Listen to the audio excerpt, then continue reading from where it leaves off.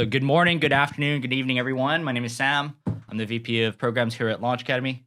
Joined by my good buddy, David. Welcome.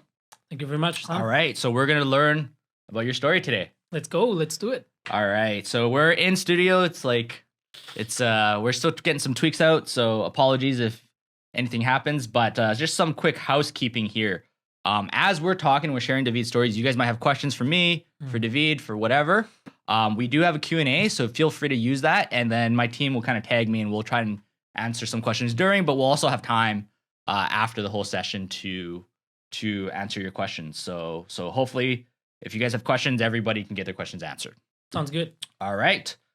So for those that are just rolling in now, want to encourage everybody. This is a two-way or three-way conversation between me, you, and you guys listening on air. First question we have for you is just where are you from? Where are you dialing in from? We will try and make the story more relevant for you guys.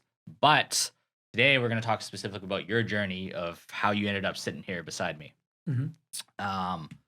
To just kind of get things started, for those of you that are not familiar with Launch, I'll tell a little bit about what we do and what we've been doing and how long we've been doing it for.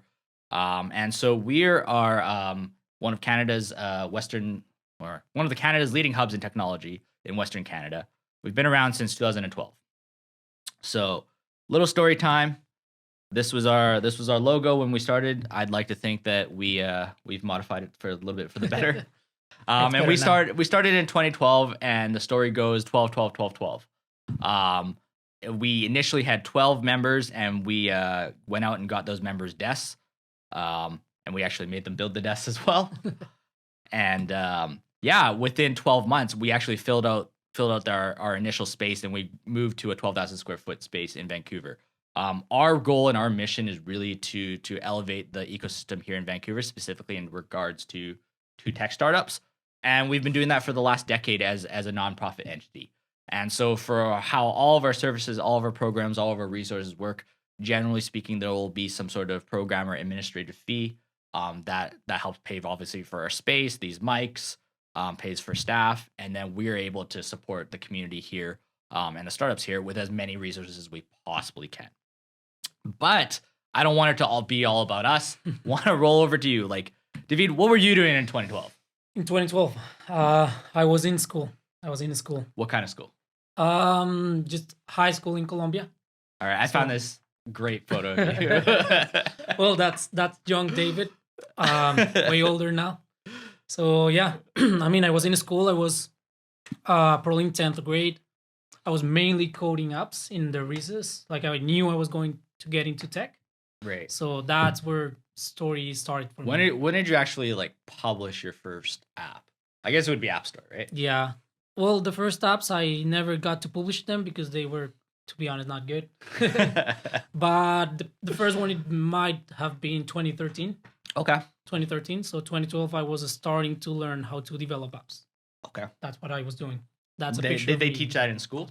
What? Did they teach that in grade school or at all? No. I think in school it was more about how to use computers in general. Yeah. I went out of the way and started learning it on my own. Okay. That's how it all started. And this was in where in Colombia was this? Where'd you go? Bogota. Let's go. Bogota. So if you're from Bogota and you're listening to this, shout out to you guys. Awesome. So yeah, you launched your first app in 2013, but you were still in grade school. So that's pretty cool. Exactly. Yeah. That's awesome. So going back to us, so we, like I said, we started working with startups in 2012. Over from 2012, and the next jump I'm going to make is to 2017, which is a significant milestone for a reason that I'll explain in just a second. We did quite a few things actually. We incubated, I think it was something like 300 different companies. Over 1,000 different projects. Lots of people went through our doors, joined our education programs, joined our in-house incubation program. We did a whole bunch of things. Those companies raised a whole bunch of money as well. If you go take a look back, you can see some of our metrics way back in 2015, 2016. In 2015, we also launched our Traction Conference. So by 2017, we had already done 2 to 3 of these. It became known as North America's leading growth conference. We would fly in the best growth hackers in the world, give them a platform to talk for I think it was 20, 25 minutes, and the room's packed. And so people started flying in and noticing us really around 2016, 2017.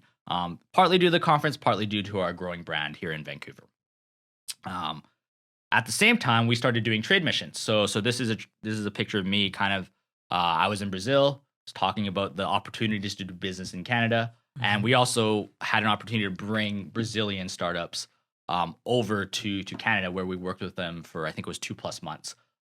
Couple of goals. I think some companies were looking to relocate to Canada. Some companies were looking to expand their operations. Maybe they wanted to hire someone in Canada, and some were just looking for partnerships. Mm-hmm. Right. And so that was a really valuable experience. And ultimately one of the deciding factors in why we decided to participate in the immigration program alongside of course the government, and participate in the startup visa program, which we officially joined in 2017. And we started working with companies, and we built a program called Maple, specifically working with companies like David to help relocate and expand their businesses to Canada. I want to jump back to you real quick and just talk about what you were doing in 2017. 2017. This is a memory lane. He has no script, so yeah, no script. So I have to remember all by heart. So 2017, I was in university. I was studying computer science, software engineering. But I think 2017, the interesting part about 2017 is that I started being kind of like an entrepreneur. I was building 2 companies when I was in university. I was building this great app called Vhista that helps blind people all around the world. So I kickstarted that app during 2017. And then I also had a software development agency. So I was creating apps for other people. It was not like a big deal back then, but this is around the time when everything started for me as an entrepreneur. So let me ask you this. Like, we obviously work with a lot of founders here. Mm-hmm. What was kind of your motivation to like, hey, I actually want to build something and be responsible for like having users, having customers in some cases? What was that like? Like you were just starting college, right? So mm-hmm. So what made you want to do that?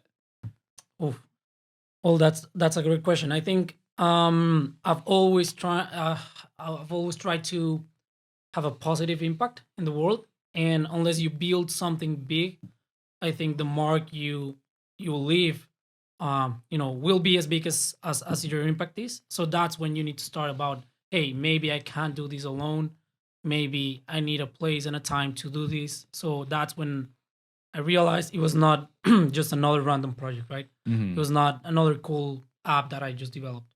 I had to kind of like build a business out of it. Yeah. And also, if you wanna make something cool like Vhista, it needs to be sustainable. It needs to be something that people can rely on, and it can grow, and it can just become something bigger than itself. Yeah.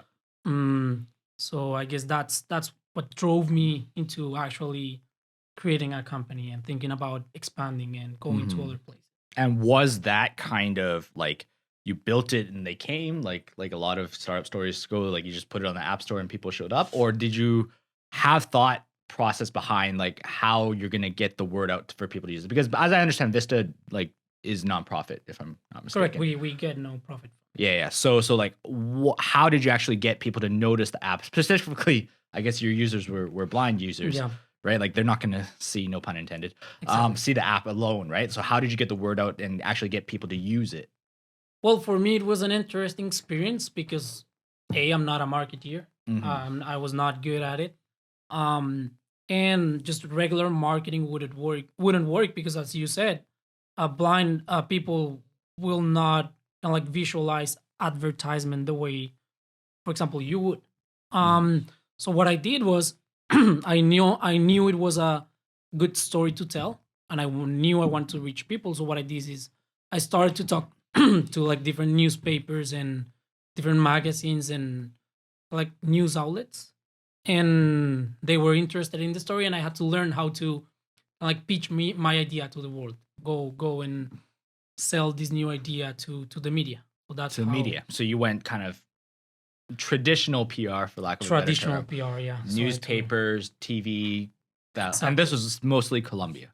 Correct, right? Mostly Colombia. We ended up having media all around the world, but at the beginning, yes, it was just knocking doors and hey, this is my story, this is my product, I want to share it with you. Are you interested? And that's how we got the first. And then was it users. your kind of, pseudo fame with Vhista that kind of led you to have actual business that would pay the bills through the agency, or how did those two tie into each other? So I've always, like, people always ask me, like, if you were to charge even just $1 of Vhista, you would have X amount of money. The way I see it is, I'm sorry.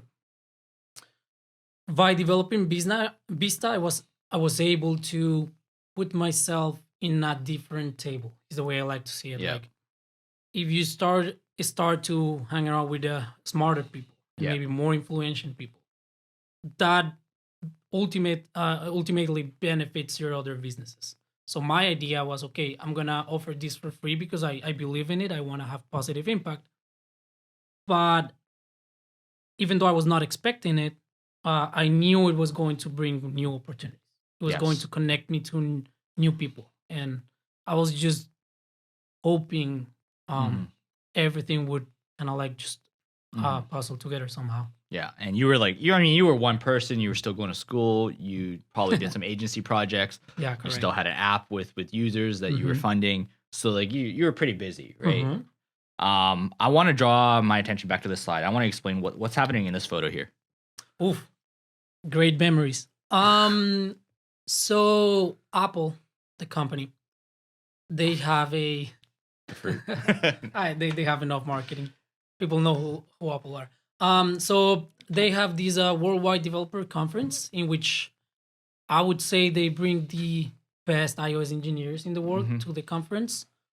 And they have a scholarship program. So you had to develop apps and send it to them so that you could apply to win that scholarship.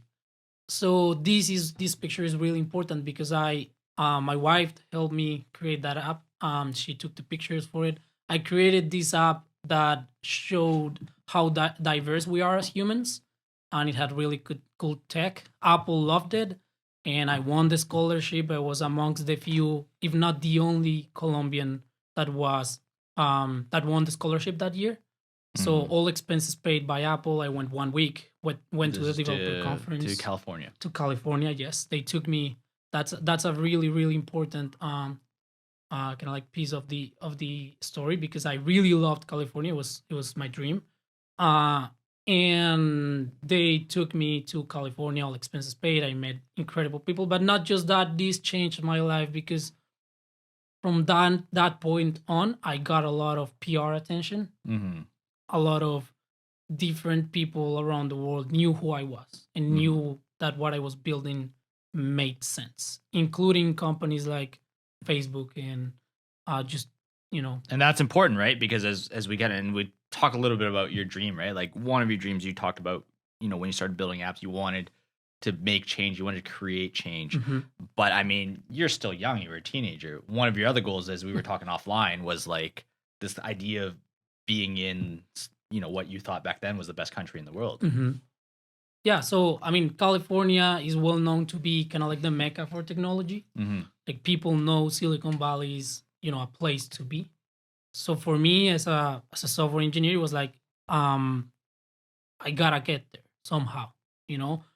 That's the place that I should be. That's the place my companies should be. That's what I thought at the moment. So I was trying to find different ways to land there, which is what people do, trying to come to Canada, trying to go to the US. We always try to find the best path for us to get from point A to point B. For me, I guess we're gonna talk about that afterwards. But for me, it was about bringing this WWDC scholarship and Vhista and maybe my software development experience at my other company, and I like compress that into something I could use as a key to enter California at the moment. I mean, I even had the flag hand painted on my bedroom wall. So wasn't this photo? I just took that from Etsy. Yeah, that's a random photo, but I did have the California flag hand painted by my wife on my then girlfriend. Then girlfriend. Then She was girlfriend. my girlfriend back then. Yeah. Yeah. Okay. But eventually, like you were kind of the poster boy in that sense because your dream succeeded, right? Like you landed at a company in California. Correct. Right. After I went to WWDC, I got an interview in New York. I got to talk about Vhista, and then even though I applied like 3 years back to multiple internships in big companies like Facebook, of course they never replied back. But this time they wrote me. They were like, "Hey, we've seen your work. We want you to come to work with us at Instagram." And I was like, "Okay, this is a great opportunity to go there with a work permit." Yeah. Right. So I just rolled the dice and I said yes, and I became an iOS engineer for the Instagram iOS platform. Which it was Facebook by then. Right? It was Facebook, yeah. Yeah. Facebook as a company. And then so what? Like let's talk tactical for a second. What was the visa you were on? It was an H-1B. Okay, what does that mean for just? Well, H-1B visa is your work permit, like the regular work permit that the US has. But to get it, you need to be sponsored by a company. You need to go through a lottery. You need to wait. I waited like 1 year to get it. And after that, you have to be very skilled or educated in order to immigrate with that program. And just that's like the general idea of an H-1B. So I'll kind of just summarize it, right? From my understanding of what you just said was like you had to be skilled, you had to get noticed, and on top of that, you had to be lucky, right? Because there was a literal lottery. There was a little. So you literally won the lottery. I literally won the lottery. Okay. So then you dropped into Instagram or Facebook. What was the whole experience like, right? Like your dreams coming true. You got the beach every day or whatever. I guess it wasn't. It was NorCal, right? Yeah. But still, it was your dream coming true. So I mean, of course, it was amazing. Like, I guess the most kind of like beautiful part of it, the one that I liked the most was I just met a ton of smart people. It was like a life-changing experience. Of course, working for a big tech company kind of like changes your resume, night to day. But also it was I think I thought it was going to be better. I thought it was going to be even more awesome. The country by itself was good. Silicon Valley was probably not what I expected, but it was a nice place to be. But generally, just I learned a lot because I knew software engineering. But then when you work at these companies, you learn how to build for billions. Right. Like every single decision you make, from the copy you use as a text in an app, has so many implications. Right. So I learned about creating apps that are massive. And I guess that prepared me to have my own app with a lot of users. But to be kind of clear, like at this time, you couldn't really build too much on it because you were on that H-1B. So part of the H-1B is they don't want you to be working on anything else other than the company that sponsored you. Gotcha. You can't get money from hobbies or any other stuff you might want to do. You can't build your own company. You can't work for other companies. It's super restrictive. So you can't sell T-shirts on the weekend? Or... No. I mean, there's like I don't know the number, but it's if you make more like $500 per month, it becomes a business. Right. So it's you sell 10 T-shirts and you can't do it no more. Okay. And what did that mean for your agency for Vhista? That what that meant was I had to put things on hold. Okay. Everything was frozen. So updates were not coming out. I had to live this life, and I was expecting I would be able to go back to that as soon as I got like something like a green card or some other form of immigration paper that would allow me to work on them. But it was not easy. Yeah. And that was not the case. And I guess that's when everything started to feel a little bit more rocky. Yeah. I felt like I wanted to do what I really loved to do. Yeah. Like, I mean, I like Facebook and Apple as companies that I might use, but I just don't share their vision if I have to build their product Mhm. forever. Right. I'm the type of person that wants to build his own thing, and Yeah. work with a team that I feel close to, and we all have a mission to build something cool. Yeah. Maybe not Instagram. Yeah. Okay. So eventually you kind of got. I don't want to say tired. I don't want to put words in your mouth, but Mm-hmm. you decided to move on from Instagram. Mm-hmm. But you gave it a shot with another company that we're all very familiar with, and kind of the reason we're here today, right? Is you end up joining the Google team, or is it Oof. YouTube specifically, right? Yeah. So I Yeah. joined. I was going to leave Facebook, and I was going to start working on my things. But then Google approached me with the opportunity of, hey, we've seen what you've been doing at Facebook, Instagram. Why don't you come and work with us? And I guess at that time I thought, like, if I'm really not going to work again for a big tech company, might as well learn and check the other big company out there, which is Google. Might have as well be like, okay, I've been through both, and just know that it was not the company, it was not Facebook that made me feel maybe not like filled and maybe like dreams accomplished. Yeah. So I wanted to just give it one more try and be like, okay, I'll put Yeah. my projects on hold one more time, and I'll try it out at Google. And money aside, I just wanted to see, okay, this is what people, all software engineers, talk about. Yeah. Working at Google, it's awesome. Right. Personally, not my experience, but that's a long story. Right. So you kind of give it another shot. Mm-hmm. It still, I guess, wasn't satisfying you to some degree, Mm-hmm. and that forced you to look at kind of your original dream of, like, you've been planning for years. You look at the mural on your wall, all that kind of stuff. And I might add the fact, like, your partner at this time was not living in California with you, right? Like, you guys were separate. So what kind of pushed you to actually, like, and the reason obviously we're having this conversation and the title of the webinar today is, like, what kind of pushed you to look as Canada as a destination? Because I think behind the scenes we were talking, Canada was not it was not on the list of things that you wanted to do. Yeah. Well, what happened there was, I guess, one of the most important things was immigration. Immigration in the US, I would dare to say it sucks. It's not good. I mean, there's opportunities out there for different types of people. I'm sorry. But I wanted to be with my partner. I wanted to bring my family. I wanted to bring my brother, my mom, my dad. And what Google lawyers said was, yeah, it's easy for us. We'll get you a green card. It will take X amount of years.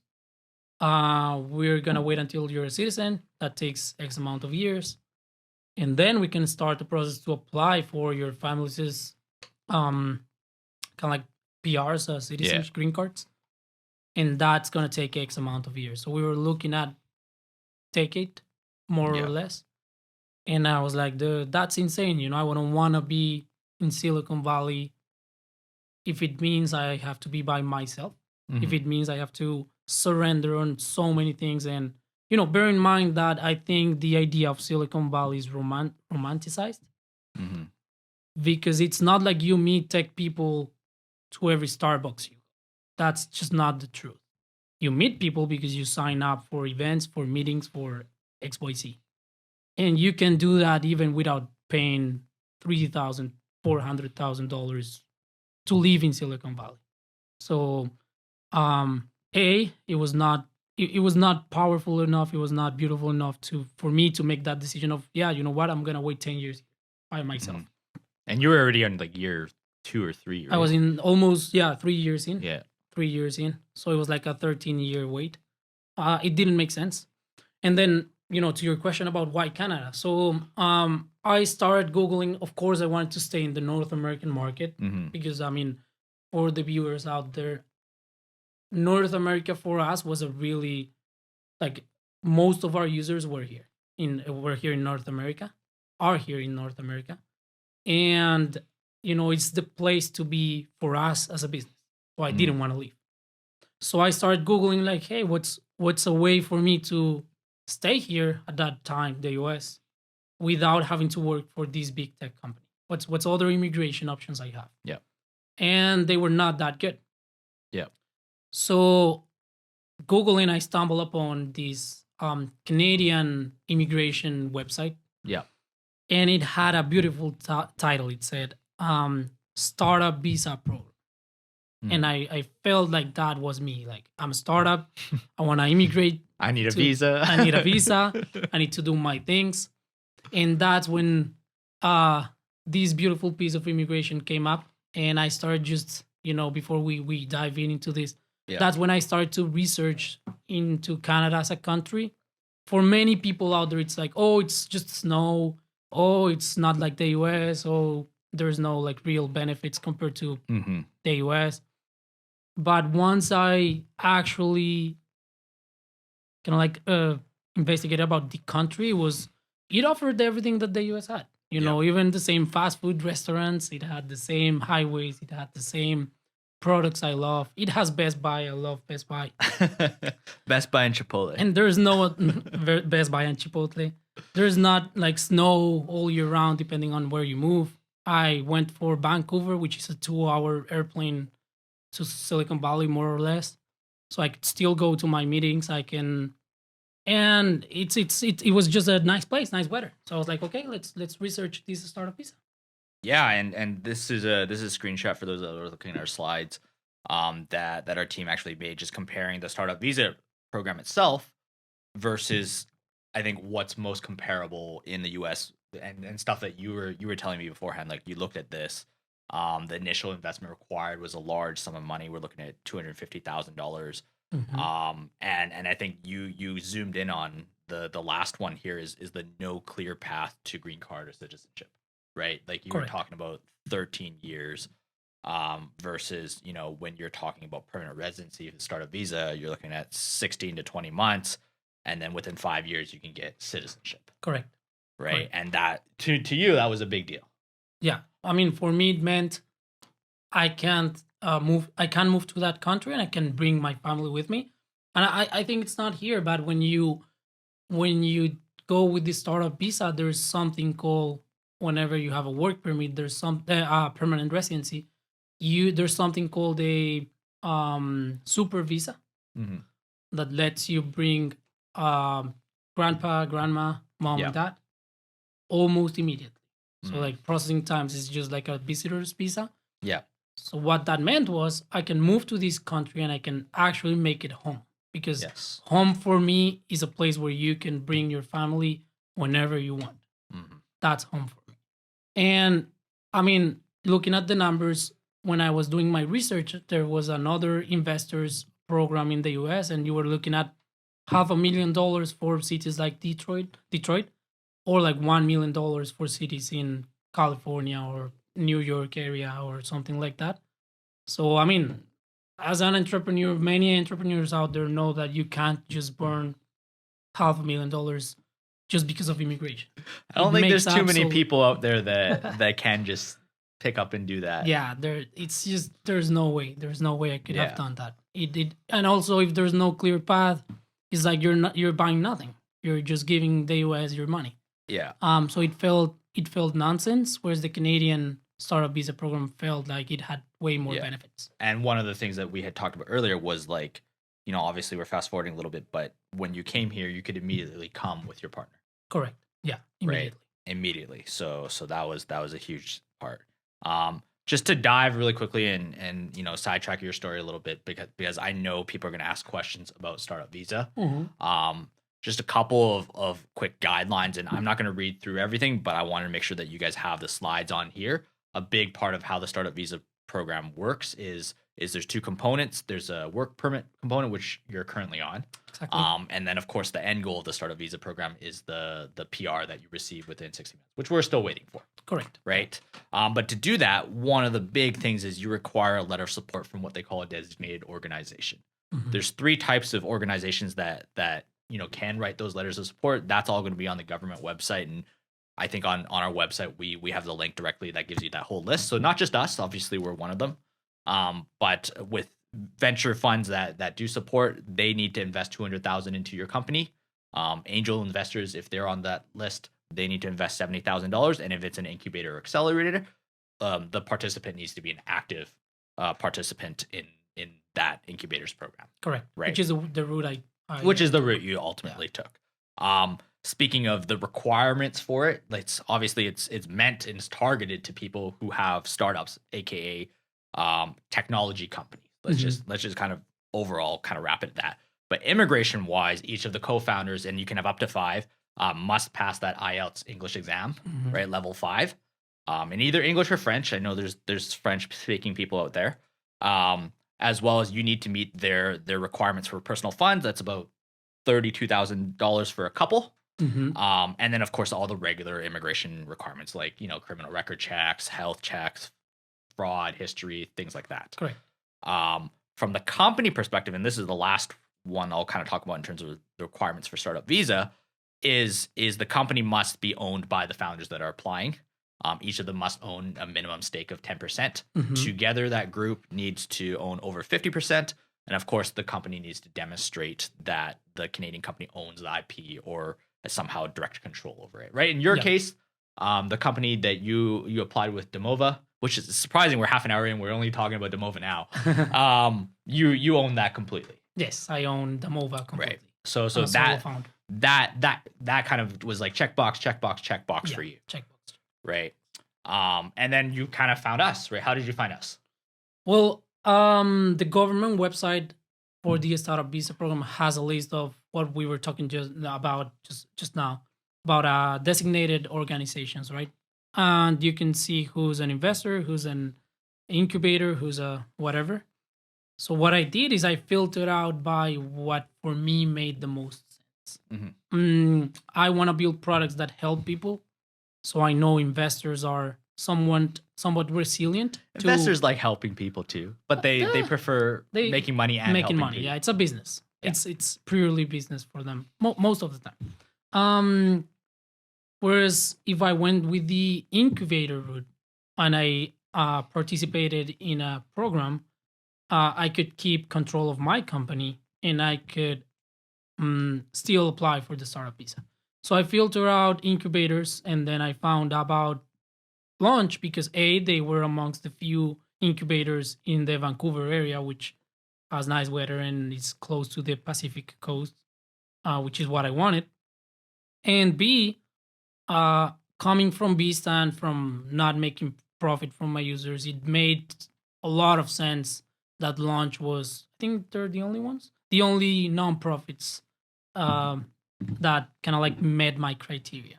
So, the program looked cool, everything looked cool. So as soon as I saw Vancouver nonprofit, no percentage, they wouldn't take equity of my company. It check. Then I went to their website and I started watching Sam's videos explaining what is and what not is the Startup Visa program, what's Maple, which is the program I eventually joined, which is, kind of like the incubator program that taught me how to be a Canadian business and how to thrive here, which I think it would be better if you talk about it. It's yours. Well, I'll mention a little bit, right? But the impetus for us, I think, for starting Maple was very similar to our overall mission of Launch, which was we really wanted to see the ecosystem, specifically in Vancouver, but over time, as I kind of told the story, like our reach became, first cross-national and then global, and then we started working with different companies in different countries. But we wanted to raise the level of entrepreneurship and technology that was being created out of here. And Maple was a very kind of obvious decision because while we were doing a lot of education programs, we also knew that for us to become a global hub, we needed other perspectives. And Maple allowed companies that wanted to enter North America, but we also wanted them to bring their international experience, whatever country you happen to be from. Colombia. We have companies from 39 different countries that are kind of going through this program. And that to me was very interesting because all of a sudden everybody in the room just gained 38 other countries experience. Correct. Right. And so with Maple, of course, we wanted to help founders like yourselves and and help them expand their business and whatnot. But we wanted to be like, okay, we want to move you here, and we want you guys to build global businesses, right? And the only way to do that, as founders will have learned, is the networking effect, right? Like, it's a matter of who you know and what doors you can get in, right? Like you talked earlier, you getting into WWDC really opened your doors to get into those big tech companies, right? It's very similar when you're trying to approach global business, right? If you don't have an in into X country, it becomes difficult. So we didn't want to just be an in to Canada. We wanted, you to be the launch pad, for lack of a better term, into wherever you want to build.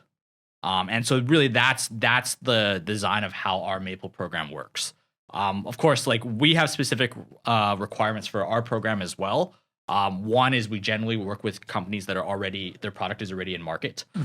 So it's not too many pre-revenue companies. In your case, Demovo has already had thousands of users using their app, paying your services, things like that. You do have to be financially stable, and we're going to talk a little bit about costs more at the end. But generally speaking, that means either A, you have revenues, or B, you've raised funds to kind of tie you over. Because like the spoiler alert is, this entire venture, with or without us, is not cheap. Yeah, right. It's going to have costs related to it. Of course, for us, we want people that are focused on expanding their existing business into North America, but like I said, really with a global minded mindset. Of course, they have to participate in our entire program, and then we do have a program fee throughout the course of the program that rounds off at about $40,000 Canadian. Generally, the timeline, again, I'm not going to break down these details because they're all on our website. The general milestones are within about 3 to 6 months. You're getting your company incorporated in Canada, and this is done virtually with us with our programming. You're also getting a letter of support. You're applying for your work permit, and by 7 to 9 months, you're usually applying for your PR, and you're on your way here regardless because you're allowed to come here with your work permit. But everything immigration wise should be settled by the time that you're landing here and working out of our offices. And we continue to work with the companies like yourselves. You're currently in phase 5 of the program. Well beyond when all your immigration stuff has been filed and you're waiting, because we know, as we're going to talk about in just a sec, like there's further support needed for your business. But kind of going back to your case, so you started going through our program. When was that? Like 2020? 2020, yeah. 2020. Those listening, anybody know anything else happened in 2020? Of course, like we ran headfirst into a pandemic, right? And so I know when we first started talking with you, we're like, great, you're in the States. You should be able to get a work permit fairly quickly. Super quickly. That didn't exactly happen, right? Yeah, no. So like walk us through like what 2020 and 2021 looked like for you. Yeah. For me, it was stressful. It was not a pleasant time. Yeah, it was not a pleasant time. But for me, even during COVID, it was not like a long time. But for me, it was. I started the program with Launch Academy. I guess what I really liked was that phase 1 was Launch Academy, kind of like giving these webinars and this content that gave me the opportunity to make my decision of whether or not I wanted to be in Canada, if my company made sense in Canada, which is, big shout out to, for breaking up the whole Maple program in different phases, because it, as an entrepreneur, it was helpful for me to know what I was kind of like going into every time. But yeah, 2020 for me was just phase 1 of the Maple program. I started kind of like learning about having a business in Canada. And by phase 2, I applied for my work permit from the US. The wait time should have been like 2 weeks, but because of the pandemic, I had to wait like 1 year and a half, which was insane.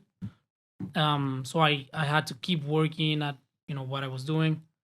Full-time job. I had to just find a way to grow my company without being able to work on it. So it was just like a weird experience in which I just wanted to leave. So what I ended up doing was I went back to Colombia.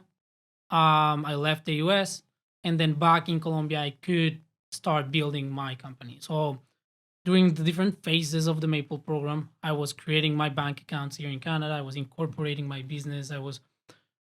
The Launch Academy has a really, really good network of immigration lawyers, corporate lawyers, even people working like at banking. So I was able to do everything remotely. Building a business was not that difficult, even during these times. And I just started working on my app. I started working on Pineapple, which we haven't talked about it, so I'm just gonna plug it here. Pineapple is an app that lets you build your own apps without having to code. So no coding experience required, kind of like Squarespace or Wix, just to create mobile apps. It's available on the iOS App Store, and now we're launching on for our web platform, so you will be able to access it everywhere. So that was 2020, 2021 for me, just immigration stuff and all of that. And just quickly on Pineapple, one of the special things about your no code app is that you don't see their data. It's secure for them. Correct. So I worked at Facebook and Google, so I know how important data is. But that's exactly what why I wanted to build something that was my own. Me and my team, big shout out to Daniel and Mashu. We've been working on trying to build an app that is 100% respectful of the users' privacy, whilst still having growth and providing you with the best features we can. So yeah, we track nothing. We know nothing. And even if we know something, it's disclosed by the user. So no tracking, and we really trust about humanity behind tech. Yeah, that's super fair. So pineapple.build. We'll give you that plug. I saw somebody put it in the chat as well. Let's go. Thank you to those guys.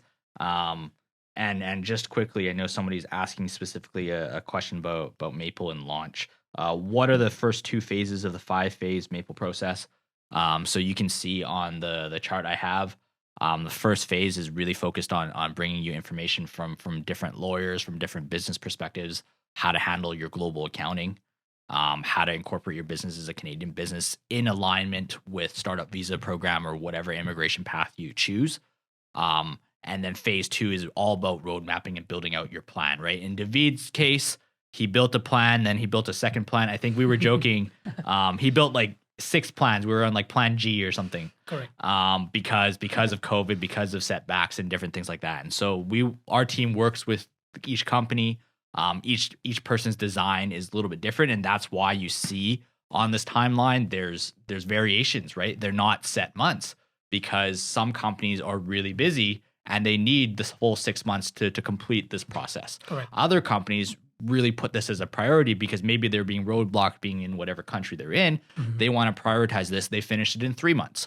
And so that's why, like, with the design of the program, we want to fluctuate and we want to work for those in case scenarios, right? Like what we always, and as founders ourselves, like what we always deal with is you want to hope for the best and you prepare for the worst, right? And in this case, like we've definitely seen a lot of worst case scenarios, primarily due to COVID. But I'm happy to kind of say like most of our companies have landed on their feet. Working together, right, is not anything that anybody on our team did specifically. But we are very hands-on with our companies. Yeah. And, looking at this chart, there's something that I want to talk about. Let's make it fun. Let's make it sound fun. What you're looking at is in 4 months, you could be applying for your work permit, which under normal circumstances should take no more than 3 weeks.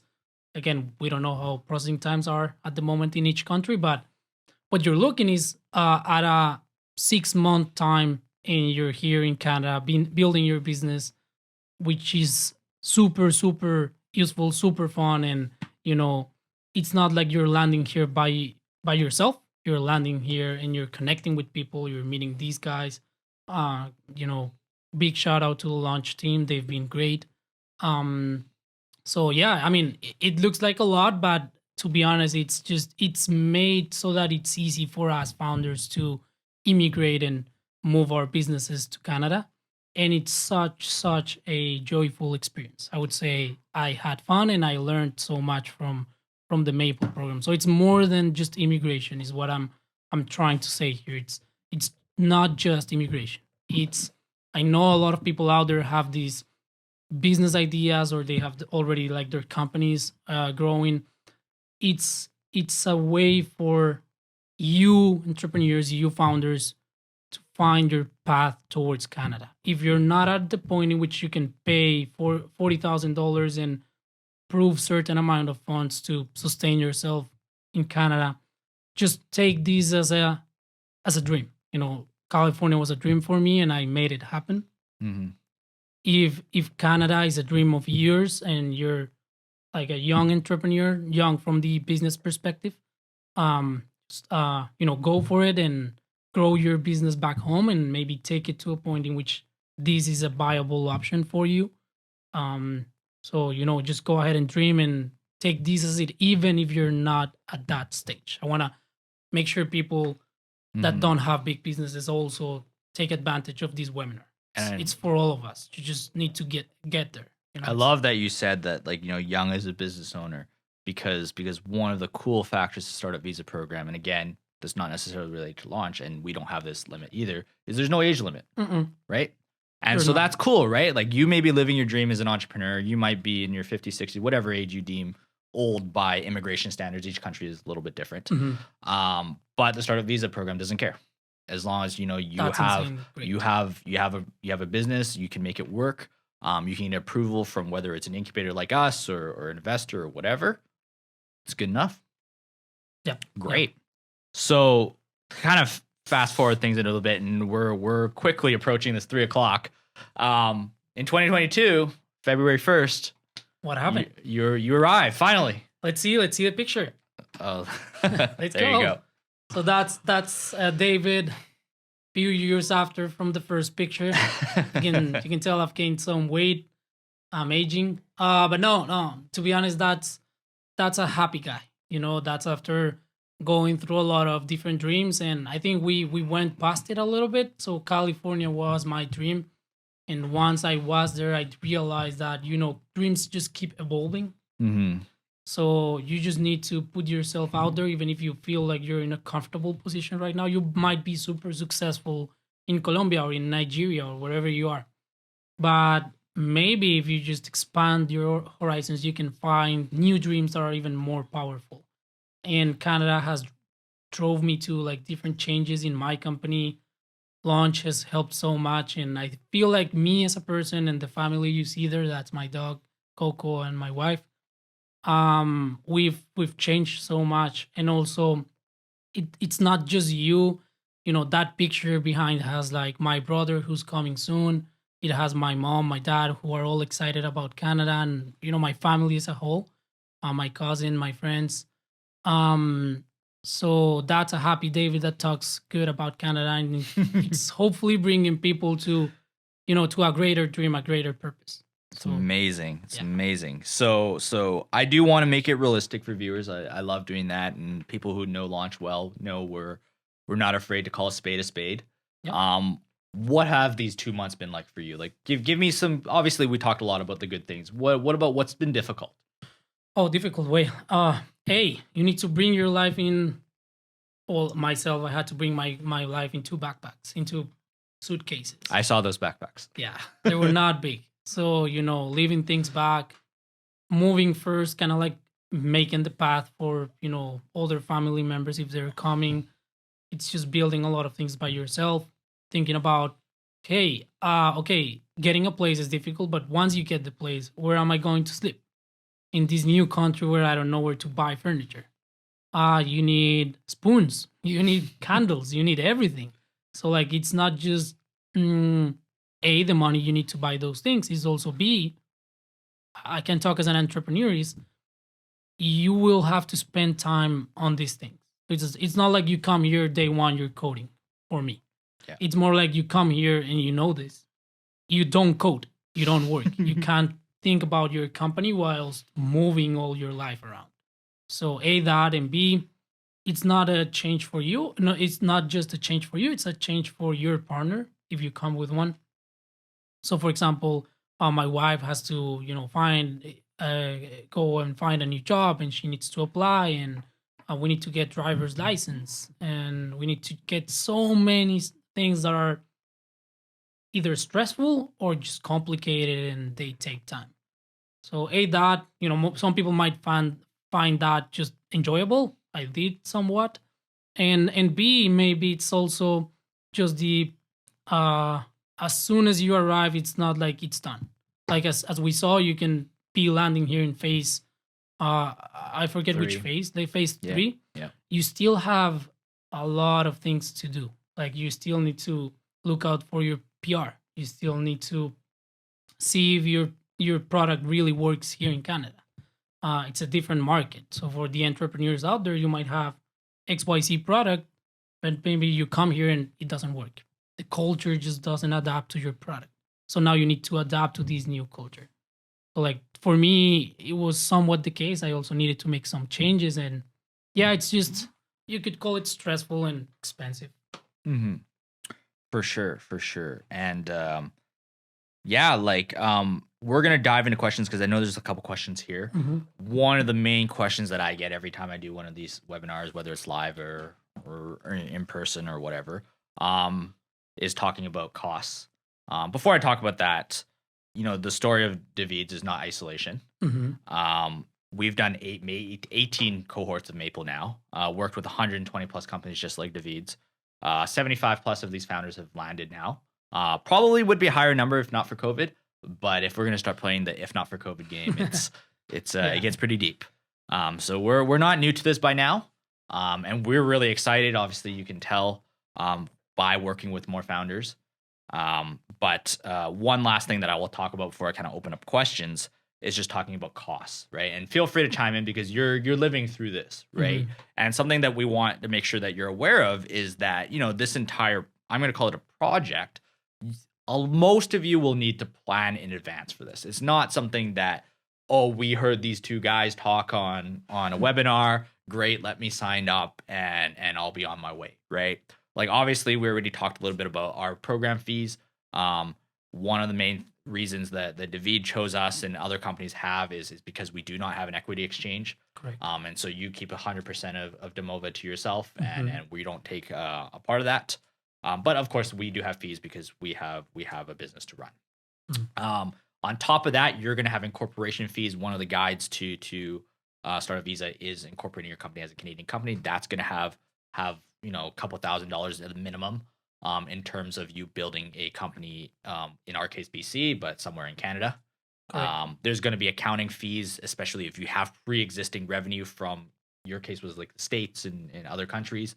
So you're going to need either you're the person figuring it out internationally, We need to pay people. or you're going to need to find experts that can help you figure that out, right? And the key thing here that I will always kind of put everything a caveat on is make sure that however your accounting is set up, perhaps you're in crypto, perhaps whatever, make sure it's in compliance with the immigration program you choose, Mm-hmm. right? And those are going to have different costs associated with it. A big one, of course, is immigration fees. Immigration lawyers and agents, they are going to all have different prices. I even see a couple of immigration agents in the call here. We obviously have partners that we specifically work with, Mm-hmm. but that's always going to vary, right? Varies on how many work permits, how many people, how many founders you have. If you have other goals and objectives, like you talked a little bit about bringing your family here and using super visa and things like that, Mm-hmm. those are all going to add up as extra costs. Traveling and commuting, accommodation. Luckily, I think right now, if you're looking at this project, there's no more quarantine as of right now in Canada, but that was an additional cost. That was a very big deal in 2021. Living expenses, of course, very, very obvious things. You're probably going to need to find a place to rent immediately. Yeah. Did you use Airbnb, or you were lucky enough to find a place day one? I had to use Airbnb for just one night. Okay, so just one night of Airbnb. Yeah. So you're probably on the luckier case. I think Yeah. some of our other members I've have waited done more, weeks. like weeks to months, depending on what their situation is. And then the other thing that I had mentioned earlier in the immigration requirements is you do need to have proof of funds, depending on how many physical bodies are coming to Canada at any given time.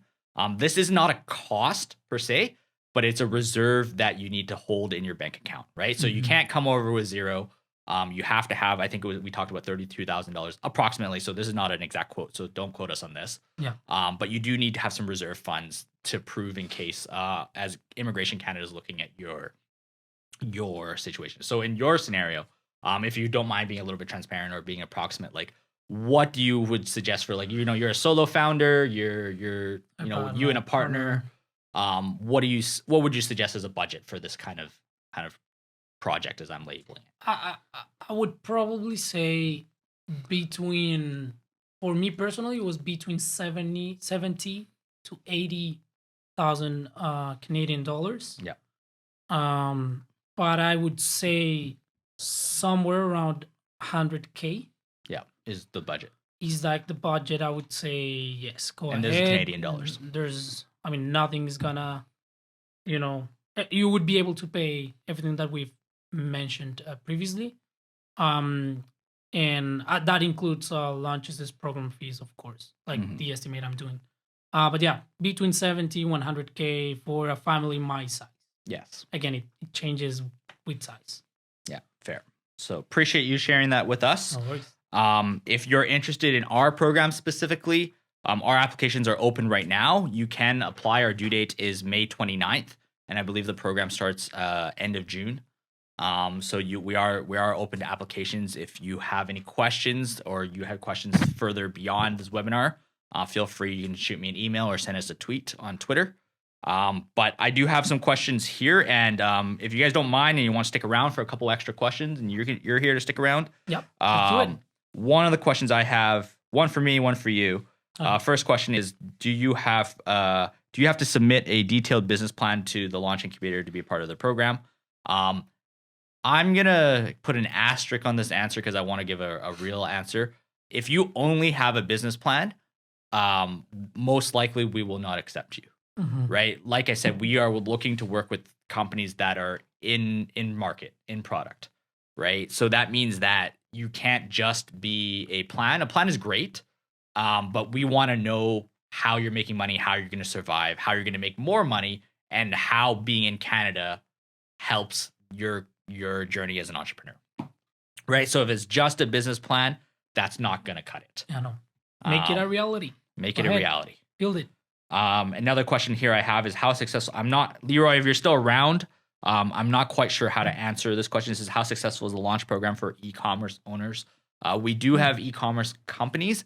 I think it's going to, we work with all sorts of emerging tech. So in David's case, no code, we have a lot of blockchain companies, VR, AR, a lot of sales as service, fintech, agri-tech, all sorts of tech. E-commerce is available as well. But we are looking for some sort of technology component. Yeah. If you're just a Shopify store, that's fabulous. That's just not the type of companies that we work with. Yeah. But if you have an expansion to this question, happy to try and dive in more. The question I have for you, specific to Pineapple, is can one use Pineapple to design data collection devices similar to the ones made using Zoho Form Builder? So I guess they're looking for some Form Builder app. Okay, yeah. So the user interface, like like your fields where you would input the data and the buttons and all of that, yes, you can build those. We have all of those elements. B, the database side of things. I'm super happy to announce we're building something called Lulo, which will give you databases, authentication, and it will give you servers for your app. And you will be able to connect Pineapple with Lulo. So you will be able to connect this already existing visual part of your app with your inputs, your buttons, your questions, whatever you want to build with a database. So yes, you can build the UI right now. Stay tuned for the second part of it, which we are already testing out. So hopefully it'll be out soon. Just shoot me an email or go to pineapple.build and contact us. Okay, cool. And that's the best way to contact you? How do they stay on top of things? You have a Twitter or email address you want to drop? You can follow us on, I guess it's easier to follow for your specific case, to follow Pineapple Build, at Pineapple Build on all of our social networks, or you can look up for lulo.cloud on all of our social networks. And if you want to connect with me personally, all of my social networks are at David Cruz CS. Awesome. Perfect. So let me see here. next question I have is, when is the next application dates after May? We will open up applications again during the summer. But if you're looking to get into the program by the summer, which realistically, if you're looking to come into Canada, and here's where we need you to kind of plan a little bit ahead in your mind, right? We're talking about scenario A, best case scenario. If you're looking to join our program, if you're looking to apply by June, you're most likely not coming to Canada until probably March of next year, right? And so you do want to plan a little bit ahead, just mentally speaking, right? Of course, plans do change. We've experienced multiple changes, but you want to plan a little bit ahead. Yeah. If you're looking a little bit further beyond, we will always have upcoming cohorts. We're doing, I think, 4 to 5 cohorts a year, depending on each intake. Each cohort, we're looking at anywhere between it could be anywhere between 5 to, I think, 12 companies is what we want to focus on, so that we can keep in close proximity with our teams and the founders, and we are a very close touch program. That's a good question. That was a good question. So that's a great question. So yeah, keep those things in mind. The other thing is, application is free. I don't know why anybody would charge for an application anyway. Yeah. But as you kind of apply, you do get more information. Even just by looking at our form, it is designed to be long, because we want to see how you think as a founder. We want to see what your forecast could be, right? We want to see what you think is the biggest problem in your company. We want to see why Canada could potentially be part of the solution. We want you to even think ahead to why Canada could be an initial problem and how you want to solve that. All of these things show us what kind of person, what kind of character, what kind of founder you are. At the same time, as you go through the interview process, we talk to each applicant individually that gets through our kind of first round.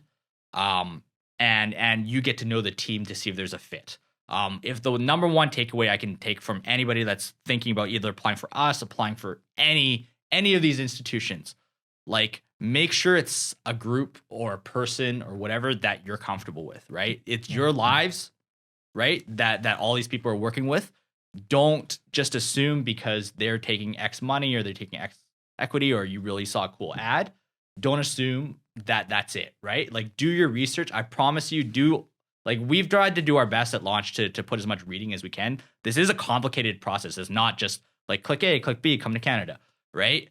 We've tried to be as transparent as we possibly can with in regards to how our program works, but have that same expectation of anybody you apply to, right? And for us, like, we specifically enjoy working with companies that are looking to Vancouver, because that's where our strongest network is, right? We do have, I think, 2 or 3 companies that are out of Toronto, but I would say, like, we do partner with other companies that have programs in Toronto. So if that's interesting, like, happy to have those conversations and even ask for feedback as unbiased as I can, right? Yeah. But make sure that you're doing your research before you've given up dollars and things like that.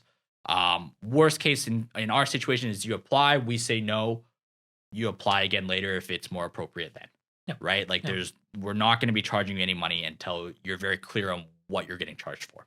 There's something that just came to mind real fast that, I'm not sure if we talk about it, and it is the reason why Launch is doing this great job at making sure you're just, not only your business is good, but you're good as a person and your experience is